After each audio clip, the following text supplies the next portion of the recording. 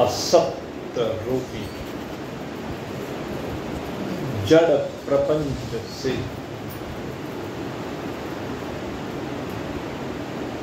अपने आप को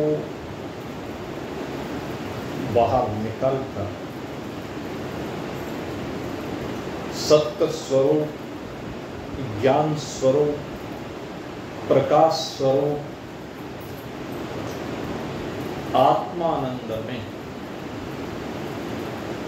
अपने आप को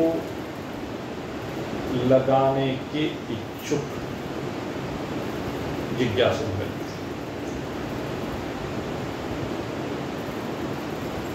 अभी तक जो देह और देही, शरीर और शरीरी,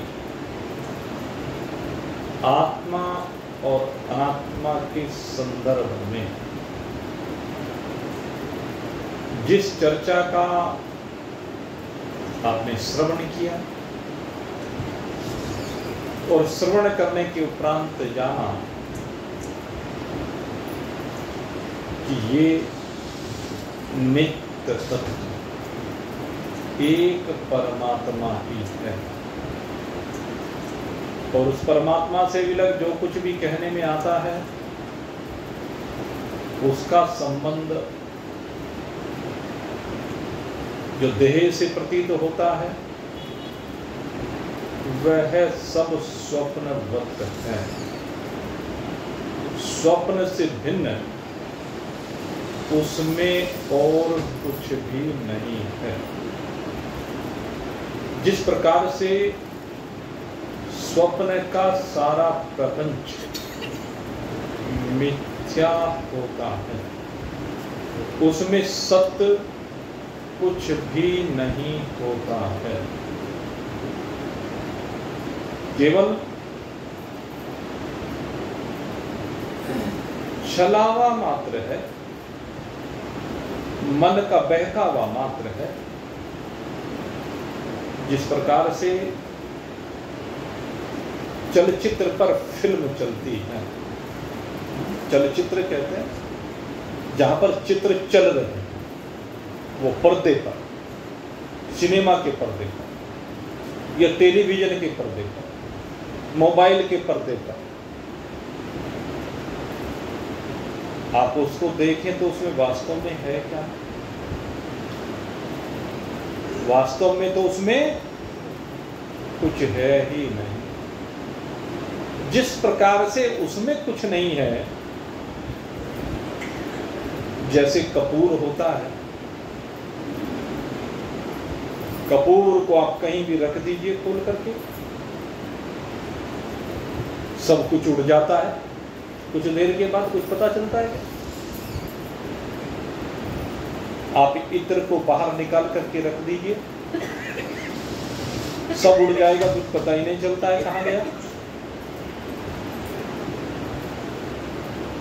ऐसे ही ये संसार है, ऐसे जीवन के चक्र में जो भी कुछ दिखाई दे रहा है ये सब ऐसा ही है। धन यौवन उड़ जाएगा जैसे उड़े कपूर। आपका धन, आपका यौवन, आपकी संपत्ति, आपके पास जो भी कुछ कहने में आ रहा है, सुनने में आ रहा है,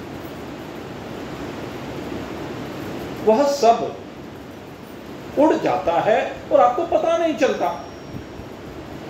जीवन बह जाता है और आपको पता नहीं चलता। इस जीवन का सार यही असार है। लौकिक दृष्टिकोण से इस जीवन का सार यही असार है, जो स्वप्नवत है, जो उड़ जाता है और हाथ में कुछ नहीं आता, पता कुछ नहीं चलता। धन यौवन उड़ जाएगा जैसे उड़े कपूर। नारायण तू बैठ के नारायण हरि को भजो, क्यों चाटो जग धूल। सीताराम सीताराम सीताराम हरि, राधे श्याम राधे श्याम राधे श्याम हरि। भाई सारा संसार ऐसे ही उड़ता चला आ रहा है और उड़ता चला जाएगा। कपूर की भांति हाथ में कुछ भी आने वाला है नहीं, क्योंकि इसमें सार है ही नहीं कुछ। अगर सार को निकालना है तो क्या करें? नारायण हरि को भजो, क्यों चाटो जग धूल। जगत तो एक धूली के समान है, उस धूल के चक्कर में क्यों फंसे हुए? केवल एक परमात्मा में अपने चित्त को लगाइए, अपने स्वरूप में अपने चित्त को लगाइए, अपने आप को जानिए। और आज भगवान ये समझाने जा रहे हैं सत्य क्या है और असत्य क्या है। इसी बात को समझाने जा रहे हैं। ये गीता जी का वो दिव्य मंत्र है, मेरा मानना इससे श्रेष्ठ मंत्र दूसरा किसी भी शास्त्र में आपने ढूंढने को नहीं मिलेगा। और ये ऐसा दिव्य मंत्र जिसके ऊपर महान पुरुषों ने सारे जीवन व्याख्याएं की। स्वामी हंसानंद जी महाराज इस मंत्र के ऊपर लगातार केवल एक ही मंत्र को लेकर के सैकड़ों दिन तक चर्चा करते हैं। मैंने भी बहुत लंबी चर्चा सुनी। ये ऐसा दिव्य मंत्र है और मेरा मानना तो यह है कि इसी के ऊपर सारे शास्त्रों की संरचना है। दुनिया के जितने भी शास्त्र हैं, यहां तक कि वेदों की बात करें, उपनिषदों की बात करें, अन्य जितने भी ग्रंथों की बात करें, इसी मंत्र को लेकर सारी चर्चा की गई है। इसी को समझना है। जिसने इसको समझ लिया उसे और कुछ समझने की जरूरत ही नहीं, उसके लिए सब कुछ समझा हुआ हो जाता है। उसे और कुछ पाने की जरूरत नहीं, क्योंकि सब कुछ पाया हुआ हो जाता है। ये ऐसा दिव्य मंत्र है, इसलिए इसके तत्व को समझने का प्रयास करें। ना सतो विद्यते भावो, ना भावो विद्यते सतः। ये 16 अक्षर हैं। न असतः विद्यते भावो। कहते हैं जिसको हम असत्य कहते हैं, कहते उसका कोई भाव ही नहीं, उसकी कोई सत्ता ही नहीं है, वो कुछ है ही नहीं, बस यूं ही है। सेठ चिल्ली की कथा, यह सभी संसार है, बिन हुए ही मर गया, रोना यहां देखा। सेठ चिल्ली था, तो सेठ चिल्ली जो है, और सेठ चिल्ली कोई काल्पनिक पात्र नहीं, मैं आपको बताऊं। सेठ चिल्ली ये काल्पनिक पात्र नहीं है। यहां कुरुक्षेत्र में आप जाएं तो कुरुक्षेत्र में आज भी उसका मकबरा बना हुआ है, एक हवेली सी बनी हुई है। तो वो काल्पनिक पात्र नहीं है। उसकी अनेक कथाएं आती हैं, लेकिन सारी कथाएं ये हुई है। एक बार क्या हुआ, सेठ चिल्ली जा रहा था तो सामने से तेली मिल गई। पहले तो कोल्हू में पेला जाता था और तेल ऐसे ही नहीं निकलता था, बड़े प्रयास से निकाला जाता, बहुत मेहनत करके। तो उसने तेल निकाला और घड़ा भर लिया, और घड़ा भरने के बाद अब उसे कोई पल्लेदार चाहिए था जो उसके उस घड़े को उसके यहाँ से ले जाकर के जिस दुकानदार को उसने बेचा है उसके यहाँ सुरक्षित पहुंचाए। अब मिट्टी के बर्तन हुआ करते थे उस समय। अब बेचारे ने पता नहीं कितने दिन मेहनत करके उसने तेल निकाला होगा, शेख चिल्ली सामने से आता दिखाई दिया। कहने लगे देखा भाई हट्टा कट्टा, कहने लगे ये घड़ा भाई फलाने लाला जी की दुकान पर जाना है, तुम पहुंचा दोगे? हाँ पहुंचा दूंगा, पर फ्री में नहीं पहुंचा, पैसे देंगे। कहने लगे मैं पैसे दूंगा। कितने पैसे? कहने लगे भाई 1 आना मिलेगा। कि ठीक है। अब उस समय तो 1 आने की बहुत वैल्यू हुआ करती थी। तो घड़ा सर पर रखा और लेकर के शेख चिल्ली चल दिया। और शेख चिल्ली जब चला कहने लगे मजा आ गया, मैं आज तो 1 आना मिलेगा। अब 1 आना मिलेगा, उस 1 आने से मुर्गी खरीद के लाऊंगा। फिर कहने लगे उस मुर्गी से रोज अंडे मिलेंगे, रोज उनको बेचूंगा, उनमें फिर चूजे निकलेंगे, 1 से 2 हो जाएंगे, 2 से 4 हो जाएंगी, 4 से 6 हो जाएंगी, और फिर इतनी सारी मुर्गियां मेरे पास इकट्ठी हो जाएंगी। फिर मेरे पास रोज इतने अंडे बिका करेंगे, रोज इतने पैसे आया करेंगे। और फिर कहने लगे मैं शादी करूंगा, शादी करके फिर मेरे बाल बच्चे होंगे, और जब मेरा बच्चा होगा मैं बड़े प्यार के साथ उसे झूले में लेकर के बैठूंगा और ऐसे छोटा झुलाऊंगा, और जैसी छोटा दिया सर पे से घड़ा जो नीचे आके गिरा। शेख चिल्ली ने घड़ा फोड़ दिया। तेली कहना रे तेरा सत्यानाश शेख चिल्ली, मेरा घड़ा फोड़ दिया। कितने दिन में मैंने तेल इकट्ठा किया था, बड़ी मुश्किल से, मेरे बाल बच्चे भूखों मर जाएंगे, अब कैसे क्या करूंगा, कैसे गुजारा करूंगा, तूने तो सत्यानाश कर दिया। कहने लगे तुझे अपने घड़े की पड़ी है, तेल की पड़ी है। अरे मेरा परिवार, मेरी घरवाली, मेरा मकान, मेरे बच्चे सारे मार दिए। तो भाई हकीकत तो यही है, सारे मरेंगे।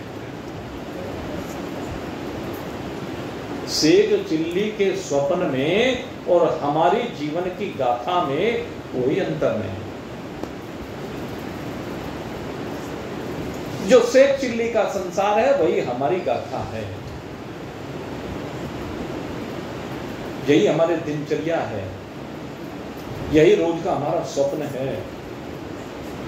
रोज स्वप्न देखते हैं, खाली पुलाव पकाते हैं, लेकिन आखिर में निकलता क्या? क्या निकला? इस संसार में से निकला क्या? कुछ नहीं। आखिर में कहता है कुछ नहीं निकला। इस संसार में से वास्तव में कोई कुछ निकाल ही नहीं पाया। खाली हाथों आए, खाली हाथ चले जाना है। निकालते तो साथ में लेके जाते।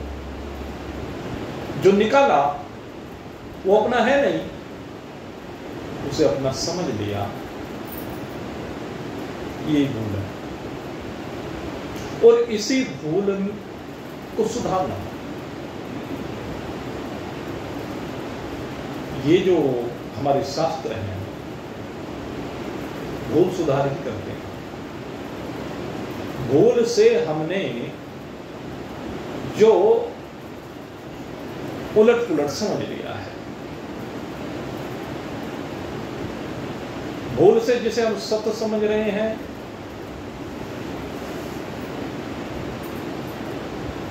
भूल सुधार होती वो असत हो जाता है। सत्य किसे समझ रहे हैं? इन देहों को, लेकिन देह तो कभी सत्य होती नहीं। सत्य किसे कहेंगे? जो सदा रहे। सत्य वो होता है जो सदा है, जिसका कभी अभाव ना हो, जो कभी जीवन से जाए नहीं, उसी को तो सत्य कहेंगे। जिसका रूप परिवर्तित ना हो, जो एक जैसा रहे। अब इस संसार के ऊपर जरा चिंतन करें।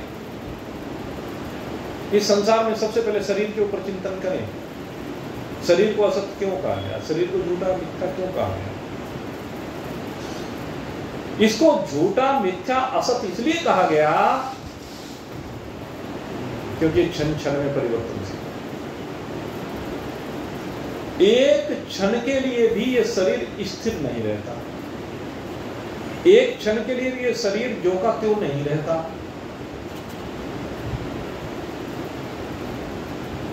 हर समय इस शरीर में परिवर्तन होता है। भगवान ने कहा ना, देहिनो अस्मिन् यथा देहे कौमार्यो मंगल। देह की जो अवस्थाएं हैं, अब देह की अवस्थाएं जन्म से लेकर के कुमारावस्था तक जो शैशव काल रहा, आप चिंतन करें, पहले दिन बच्चे का जो जन्म हुआ, 1 महीने बाद क्या बच्चा उठने का उठना रहता है? जन्म के समय बच्चा जितना होता है क्या उतना ही रहता है? बदल जाता है, जैसा होता है वैसा नहीं रहता। 1 साल बाद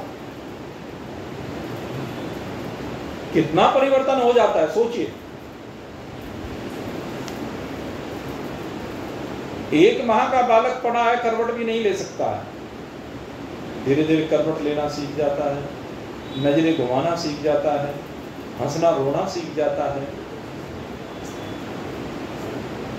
घुड़लियों चलना सीख जाता है, खड़ा होना सीख जाता है, और कोई कोई बच्चा चलना भी सीख जाता है, एक आध शब्द भी बोलना सीख जाता है। कितना परिवर्तन हो गया। परिवार वाले बड़े ही खुशी मनाते हैं। 1 से 2 साल का हो गया, फिर से परिवर्तन, 3 का हो गया और परिवर्तन, उत्तरोत्तर रोज बढ़ता चला गया। लेकिन किसी दिन आपने उसे बढ़ता हुआ अनुभव किया क्या? देखा क्या? कोई देख पाया? बढ़ते हुए को तो देख पाया क्या? तो रोज परिवर्तन हुआ उसमें, रोज बढ़ाओ उसकी चमड़ी, उसके शरीर के बाल, उसका सारे शरीर के विभिन्न अंग प्रत्यंग हर क्षण परिवर्तित हुए, एक एक क्षण में। आप नाई के यहां जाए और नाई के यहां जाकर के अपने बाल कटवा करके आए, कटवाए, उस तरह फिरवा दिया। उस तरह फिरने के बाद सुबह उस तरह फिरवाया, शाम को देखिए जरा, जो बिल्कुल चिकना सर हो जाता है, उस तरह फिरवाने के बाद शाम तक चुभने लगता है, हाथ फेर के देखते हैं। तो उससे क्या सिद्ध होता है कि बाल उगने प्रारंभ हो गए। अगले दिन देखें तो स्पष्ट रुआ दिखने लगता है, अगले दिन देखें तो बाल दिखने लगते हैं। इसका मतलब उत्तरोत्तर वृद्धि को प्राप्त हो रहे हैं। एक एक क्षण में स्थिति बदल रही है।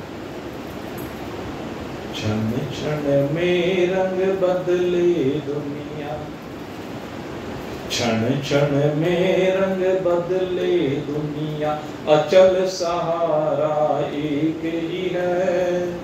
रंग बिरंगी पुतली जग में, पुतली वाला एक ही है, पुतली वाला एक ही है।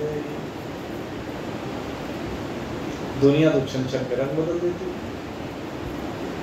दुनिया तो कायदा ही यही है।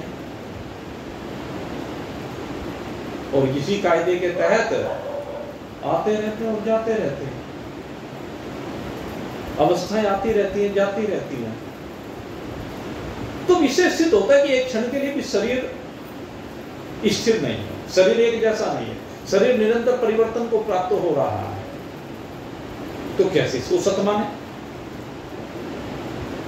और फिर एक दिन चला जाना है ये शरीर। संसार में जितने भी शरीर हैं, एक दिन सारे शरीर चले जाने वाले हैं, कोई भी शरीर रहने वाला नहीं है। एक जैसा रहता है क्या? किसी का शरीर रहा हो?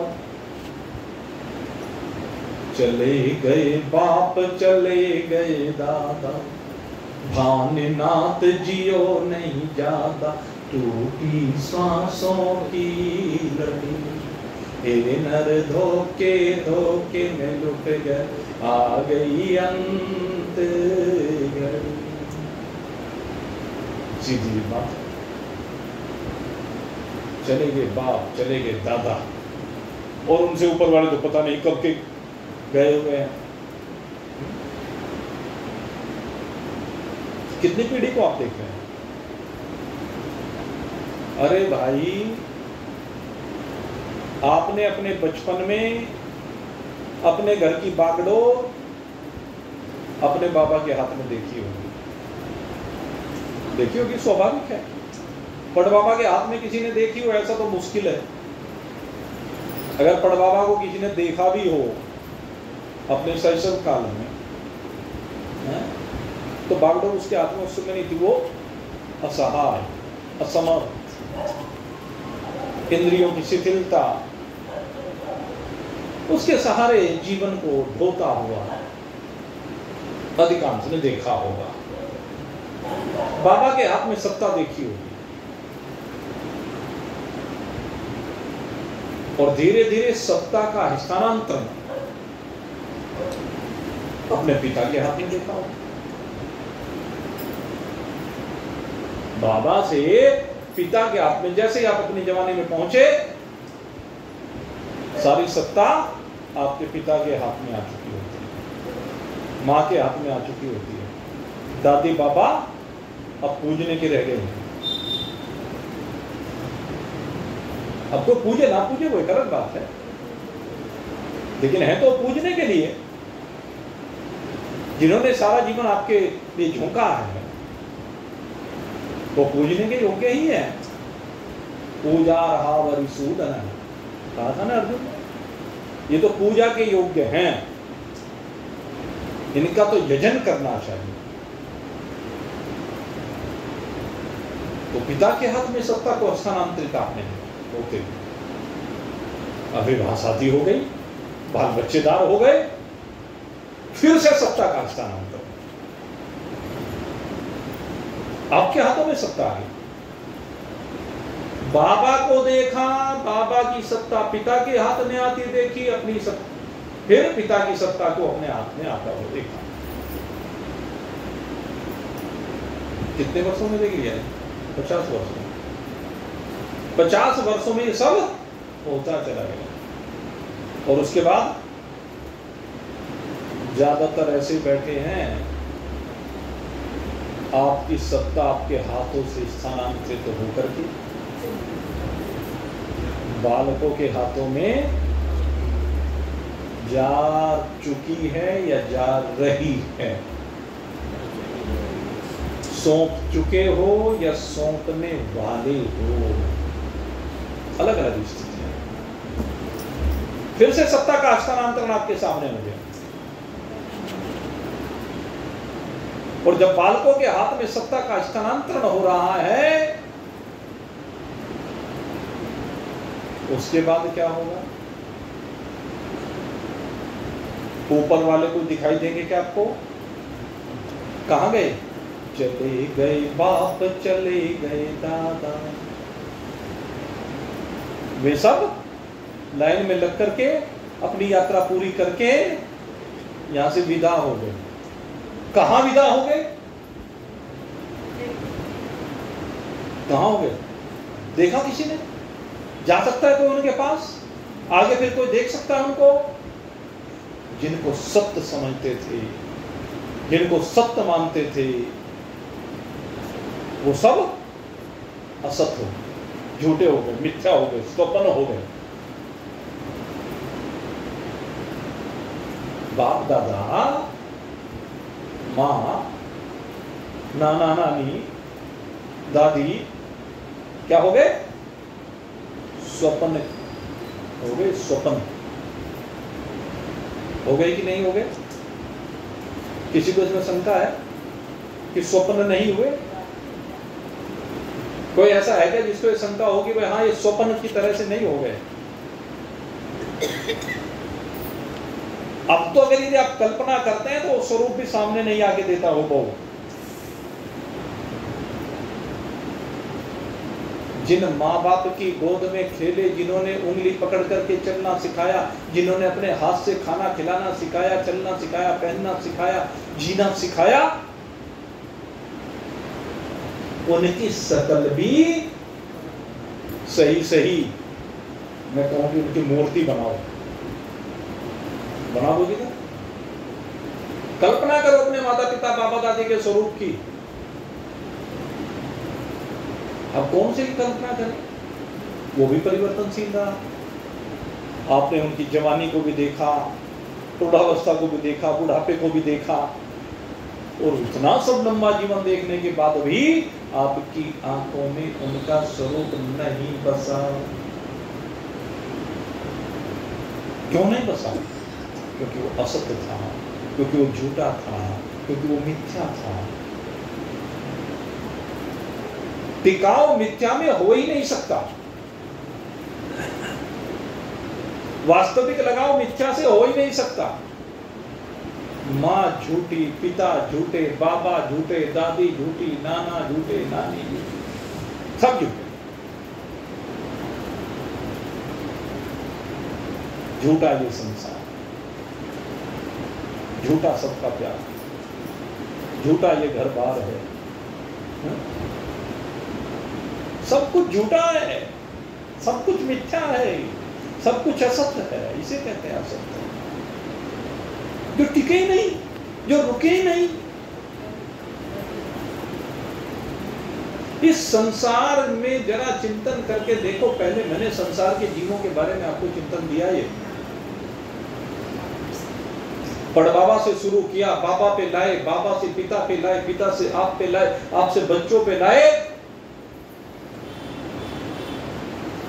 और हो सकता है कुछ ये देख लें कि सत्ता का हस्तांतरण आपके बच्चों के हाथों से भी निकल करके उनके बच्चों के हाथों में चला। जिनके पोते जवान हो गए हैं कई लोग, आप देख लीजिए, जिनके पोते जवान हो गए हैं, सत्ता का हस्तांतरण उनके हाथ में आ गया नहीं? पावर उनके हाथ में आ गई कि नहीं आ रही?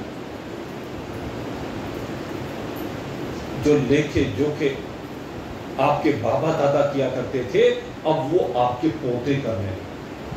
जो लिखत पढ़त आपके बाबा दादा किया करते थे, वो अब आपके पोते। कितनी 5 पीढ़ी आपकी आंखों के सामने बह गई। कुछ आकर के निकल गए, कुछ निकलने को तैयार, कुछ निकल गए हाथ से और कुछ निकलने को तैयार बैठे। आप भी यहां से निकलने को तैयार बैठे। इसलिए मैं कहता हूं, समेटो, अपने को समेटो।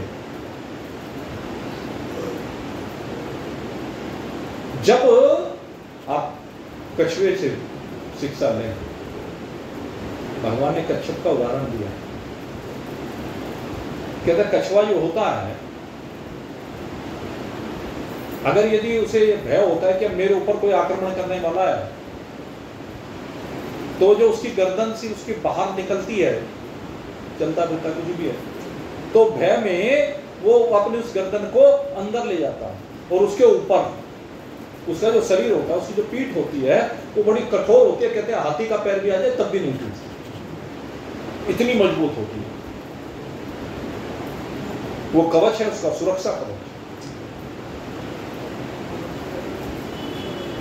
भाई हमारे ऊपर भी आक्रमण होने वाला है। इन शरीरों के ऊपर, सबके ऊपर आक्रमण होने वाला है। मजबूत बन जाओ। जैसे कछुआ अपनी गर्दन को जैसे अंदर कर लेता है, वैसे उसे का भय समाप्त हो जाता है कि अब मैं किसी से मरने वाला नहीं, मैं किसी से डरने वाला नहीं हूं। ऐसे ही भाई आप भी अपने को मजबूत बना लो। आप भी मरने वाले नहीं है। आपने जो कल्पना कर रखी है ना बाबा दादा को देखकर कि मेरे बाबा मर गए, दादा मर गए, दादी मर गई, नाना मर गए, नानी मर गए, मामा मर गई, मामी मर गए, पिता मर गए, माँ मर गई, या अन्य अन्य जो भी मर गए, अब मैं भी मरूंगा। मैं क्या है, अब मुझे भी मरना पड़ेगा, लेकिन मैं मरना नहीं चाहता। चाहता है कोई मरना? मरना कोई नहीं चाहता। मन में सदा मृत्यु का एक भय बना रहता है, और इससे बड़ा भय कोई नहीं है। संसार में मृत्यु से बड़ा कोई भय नहीं है। और ये वेदांत हमें कहता है, हमें समझाता है, हमें बताता है कि तेरी मृत्यु है ही नहीं, तुझ में मृत्यु नहीं है। मृत्यु नाम की कोई चीज तेरे अंदर नहीं है, तो मृत्यु से परे है। और जिसकी तू मृत्यु मान रहा है वो तो स्वप्न का छलावा है, खेल है, खेल ही तो है ये, जिसकी तू मृत्यु मान रहा है। और जो तू है उसकी मृत्यु हो नहीं सकती। जिसकी तो मृत्यु मान रहा है, यानी शरीर की, तेरे बाबा दादा के शरीर ही तो गए, तेरे माँ बाप के शरीर ही तो गए, तेरा भी शरीर का रूपांतरण हो जाएगा, देहांतर रूपांतर। समझाता है दिन बहुत विस्तार के साथ, देहांतर रूपांतरण।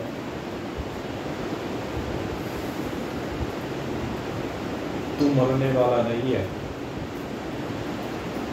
ये जानना है। शास्त्र ये बताते हैं तू मरने वाला नहीं है, इसलिए मरने का भय क्यों मानता? ईश्वर अनुग्रहादेव पुंसामद्वैत वासना महद भय परित्रणा विप्रणा उपजायते।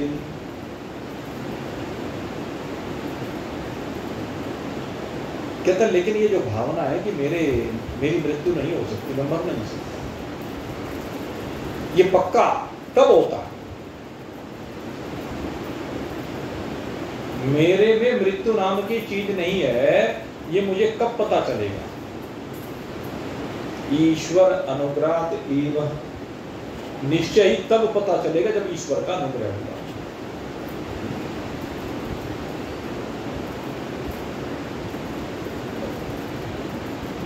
क्या लगे ईश्वर की कृपा को हम कैसे माने कि कब होगी? हमारे ऊपर ईश्वर की कृपा हुई या नहीं हुई तो कैसे पता लगे? हम कैसे परखें, कैसे जांचें? अब कह तो दिया भाई ईश्वर अनुग्रह, ईश्वर की कृपा होने पर ही ये मृत्यु से प्रयोग हो जाता है। मृत्यु मुखात प्रमुच्यते, मृत्यु के मुख में जाने से छुट्टी हो जाती है सदा सदा के लिए। लेकिन कैसे माने कि ईश्वर की कृपा हुई क्या? तो कहते पता चलेगा। कैसे पता चलेगा?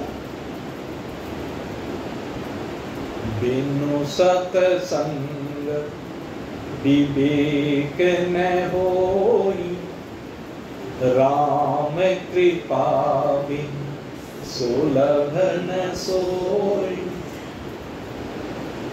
ईश्वर की कृपा का तब पता चलता है कि सत्संग मिल जाए। अगर किसी को सत्संग मिल गया है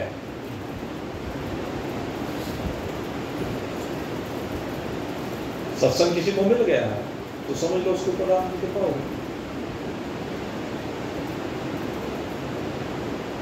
और इसको आगे भी कहा, राम कृपा कर चितवहि जे, संत विशोद मिलाहि पे। ईश्वर की कृपा ये भी है। ईश्वर की कृपा माननी तभी चाहिए कि जब हमारे जीवन में किसी संत का आगमन हो जाए। ईश्वर ने किसी अच्छे संत से आपकी मुलाकात करा दी। अब मुलाकात तो करा दी, मुलाकात कराने के बाद टिकाव कितना है? संत मिला दिया, लेकिन कहा उसका टिकाव होना चाहिए, और टिकाव का पता कैसे चलेगा? पता भी चलना चाहिए ना कि टिकाव हुआ कि नहीं हुआ। बिनु सत्संग विवेक न होई, सीढ़ियां हैं ये सारी। भगवान की कृपा तब मानी जाएगी जब आपके जीवन में किसी संत का प्रवेश हो जाए, और संत की कृपा तब मानी जाएगी जब उनके माध्यम से आपको सत्संग प्राप्त हो जाए, और सत्संग की कृपा तब मानी जाएगी जब आपको सत और असत का विवेक हो जाए। ये क्रम है। जिस समय सत और असत का विवेक हो जाता है, और वो सत्य और असत्य का विवेक होकर के आपके जीवन में वो विवेक उतर जाए, तो समझना चाहिए काम बन गए। सारी कड़ियां हैं, जोड़ने की आवश्यकता है। तो मृत्यु के मुख से ईश्वर की कृपा से छूटा जाता है। ईश्वर की कृपा से कोई महान पुरुष आपके जीवन में आकर के जब आपको सत्संग प्रदान करता है, तुम्हें सत्य तत्व के बारे में बताता है, असत्य को जीवन से बाहर निकालता है, ये विवेक जब हो जाता है तो आप सत्य स्वरूप, सत्य से बिलक आप कुछ रहते नहीं है। आप है ही केवल सत्य स्वरूप, आपका स्वरूप ही सत्य है। आप में असत्य का प्रवेश भी नहीं है। माया के कारण, अज्ञान के कारण, भूल के कारण आपने अपने को असत्य मान लिया, मरने जीने वाला मान लिया, जबकि मरने जीने की कल्पना भी आप में नहीं है। आप मरने जीने की कल्पना से बिल्कुल लाखों कोसों दूर हैं।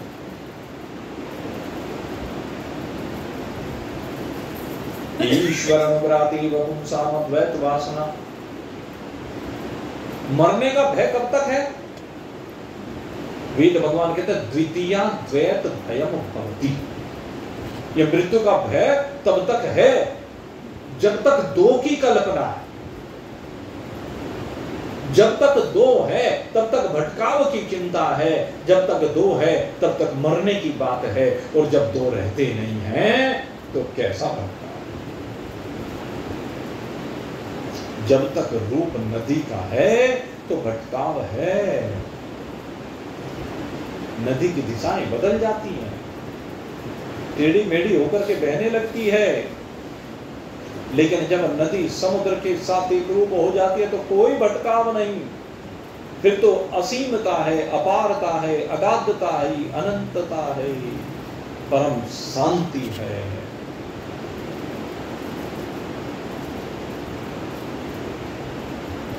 जब अपने स्वरूप का बोध हो जाता है,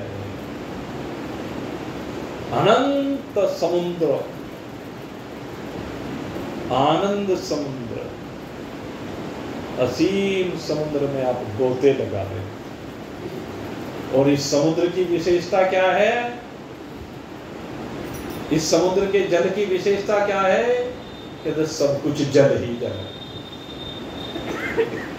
इसमें जल के अलावा कुछ नहीं, अर्थात इसमें ब्रह्म के अलावा कुछ नहीं, ब्रह्म से भिन्न कुछ नहीं।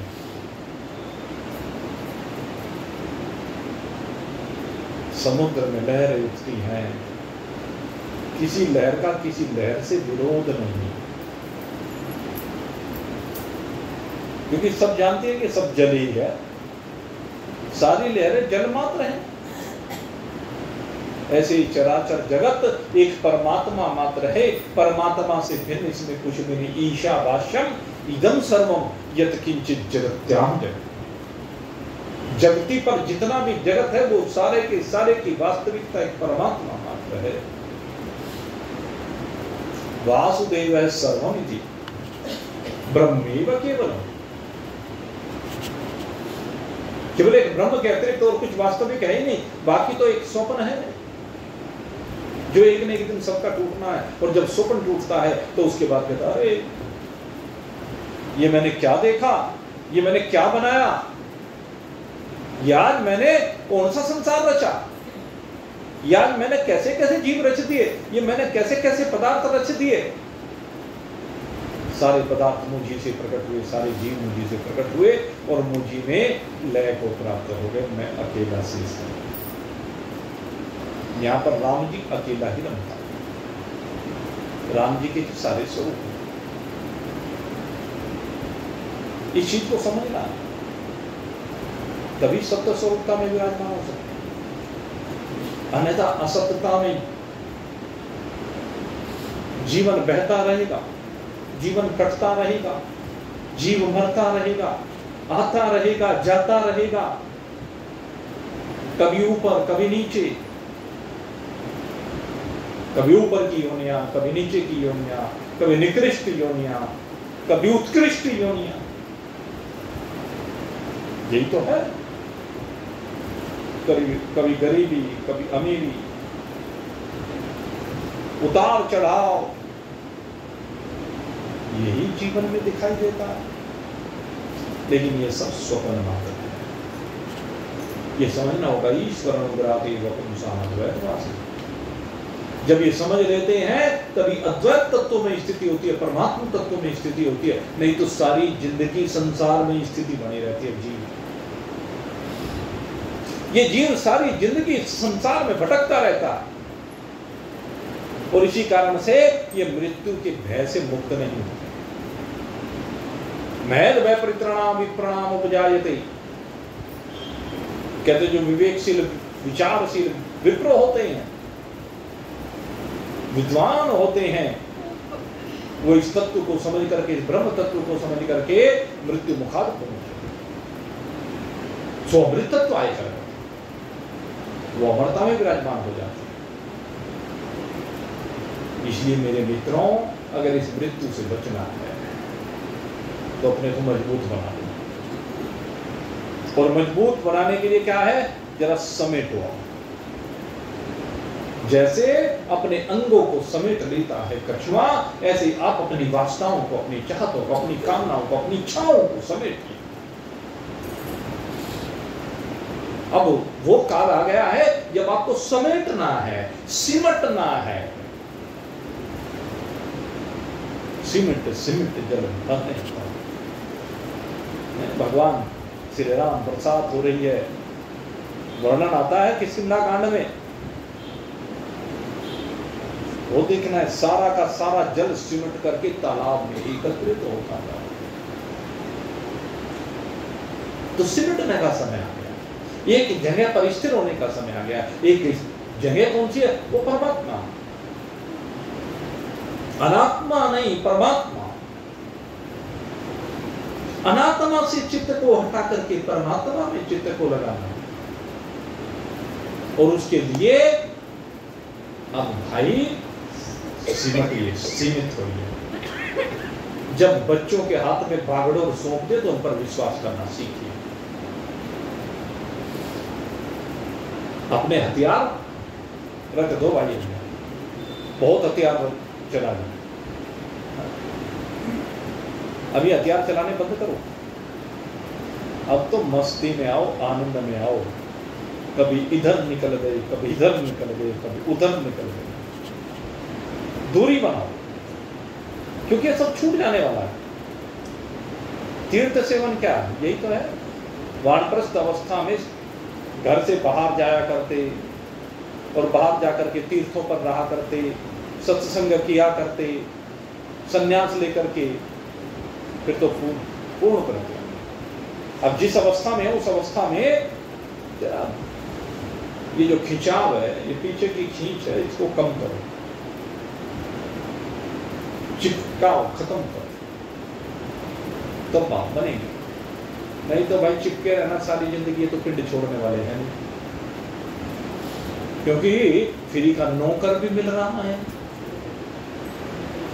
फ्री का नौकर, घर की देखरेख करने के लिए, आपके कामकाज करने के लिए, आपके बाल बच्चों को पालने के लिए, ये सब फ्री के नौकर मिल रहे हैं। अरे मारो झाड़ू अभी इस नौकरी को, अब जरा नौकरी करनी है तो अपनी करो। अब असली काम है अपनी नौकरी करना, अपने लिए नौकरी करना, अपने आप की अपने लिए नौकरी करना।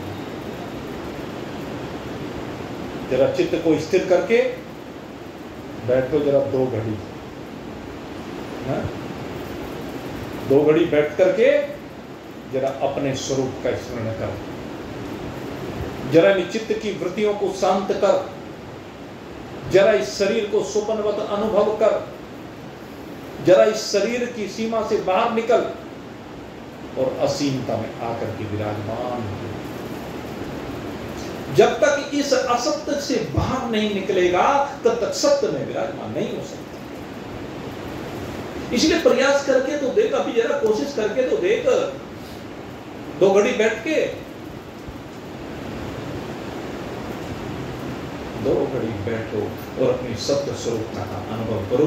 ये सत्य स्वरूपता ही आपकी वास्तविकता है, इसका कभी अभाव नहीं होता, और जो असत्य है उसका तो अभाव होना ही होना, वो तो जीवन से जाना ही जाना। इसलिए इस वास्तविकता को समझो और इस वास्तविकता को समझ करके भाई आनंद मनाओ। हमारा तो यही प्रयास है कि सब आप अपने स्वरूप में आकर के विराजमान हो और असीम आनंद को प्राप्त करें। आप सभी के लिए बहुत बहुत शुभकामना करते हुए अब यहीं पर आज के सत्संग को विश्राम दे रहे हैं। कल फिर आपके शिविर में उपस्थित होंगे और परसों रविवार है, छुट्टी का दिन है, लेकिन परसों भी सत्संग करेंगे। अब यहीं पर विश्राम। बोलिए सच्चिदानंद भगवान की